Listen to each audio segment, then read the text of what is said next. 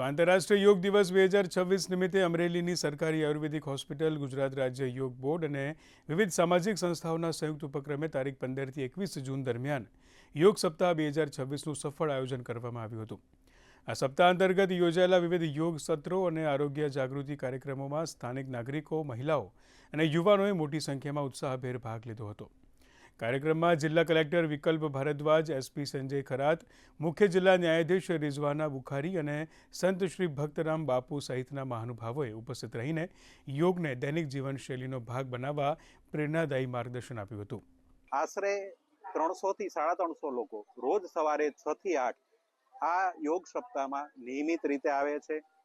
યોગ સપ્તાહની અંદર માનનીય કલેક્ટર સાહેબ શ્રી અમરેલી, માનનીય એસપી સાહેબ શ્રી અમરેલી, માનનીય મુખ્ય જજ સાહેબ શ્રી અમરેલી, એ ઉપરાંત અમરેલીના વિવિધ સંસ્થાઓના પ્રતિનિધિઓ, વેપારીઓ તથા જાણીતા બધા જ લોકોએ આ યોગ સપ્તાહમાં ખૂબ સરસ રીતે ભાગ લીધો છે.